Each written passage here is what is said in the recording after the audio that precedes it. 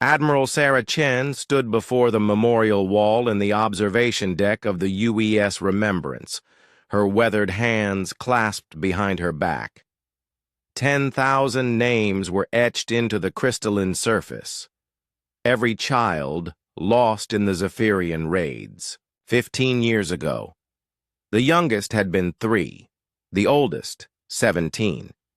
Behind her, the vast emptiness of the Zephyrian home system stretched into infinity. Where once 7 worlds had orbited their dying star, now only debris fields remained, slowly dispersing into the cosmic void.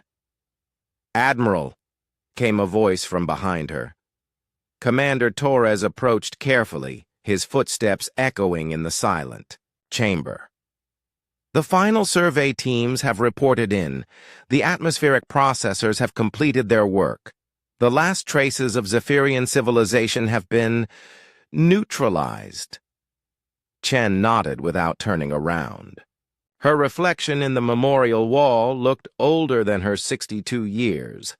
Gray hair pulled back in the same severe bun she'd worn since that terrible day when humanity learned they were not alone in the universe, and that their neighbors had no interest in peaceful coexistence.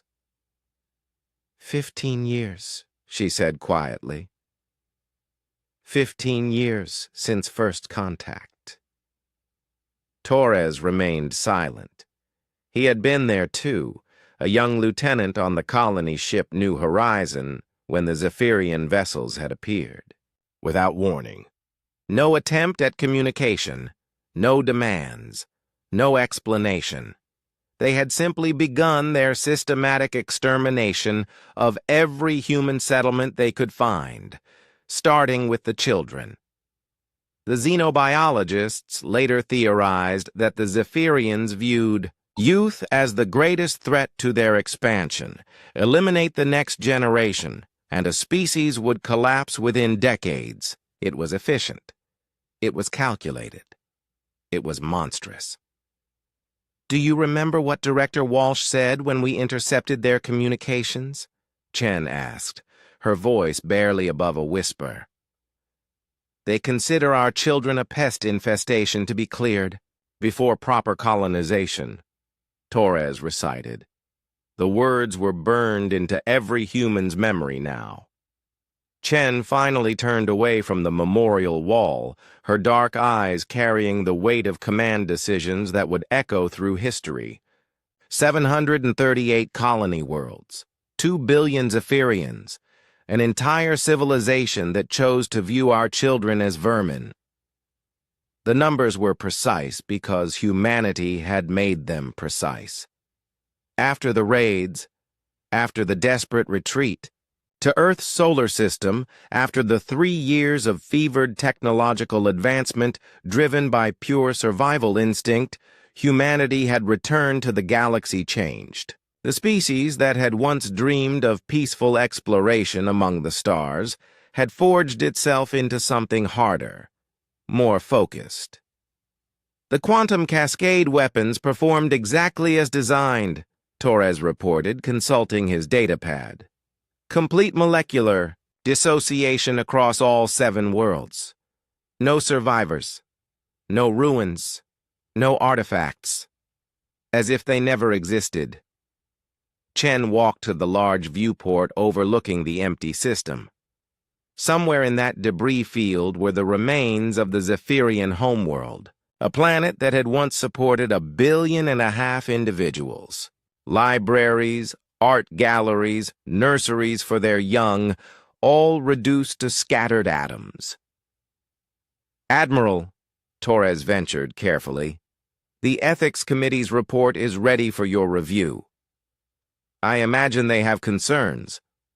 They question whether complete species elimination was proportionate." Chen almost smiled, but the expression never reached her eyes. "Proportionate to what, Commander? To the systematic murder of children across 700 worlds? To their communications describing human settlements as nests to be cleared?" She gestured toward the memorial wall.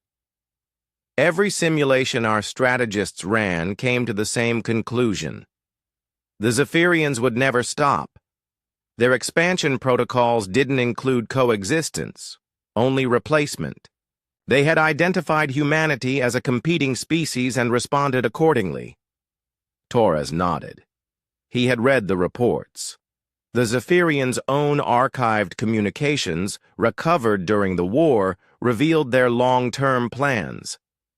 Humanity was to be completely eliminated, their worlds terraformed for Zephyrian colonization. It was nothing personal, simply business. The other species in the galaxy will hear about this, Torres said. Yes, Chen replied. They will. That was the point, though she didn't say it aloud. Humanity's message to the galaxy was now written in the empty space where an entire civilization had once thrived. They had tried to erase humanity's future by targeting their children. In response, humanity had erased them entirely. Admiral, incoming transmission from the Altarian Confederation. They're requesting a diplomatic meeting. Chen wasn't surprised. The Altarians had been neutral during the human-Zephyrian conflict, content to watch from their distant systems. Now they wanted to talk. Schedule it, she said, along with the Vegan Trade Union and the Centauri Collective. I suspect we'll be receiving many such requests. As Torres left to arrange the communications, Chen returned to the memorial wall. Her fingers traced one name near the bottom. Emma Chen Nakamura, age 8. Her granddaughter, lost in the second wave of raids. The ethics committee could debate proportionality. The historians could argue about precedent. The philosophers could wrestle with the morality of species-level extinction.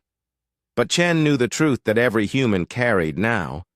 They were no longer the naive explorers who had first reached for the stars with open hands and peaceful intentions. The galaxy had taught them a harsh lesson about survival, about the price of mercy when facing an enemy that viewed your children as obstacles to be removed. Humanity had learned that lesson well. Now it was time to teach it to anyone else who might be watching. The memorial wall reflected her image one final time as she prepared to leave. A woman who had overseen the complete elimination of a species and would sleep soundly tonight knowing that somewhere in human space, children played safely under alien stars. The price of that safety was written in the empty void outside her window. It was a price humanity had decided it was willing to pay. And more importantly, it was a price they had proven they could collect.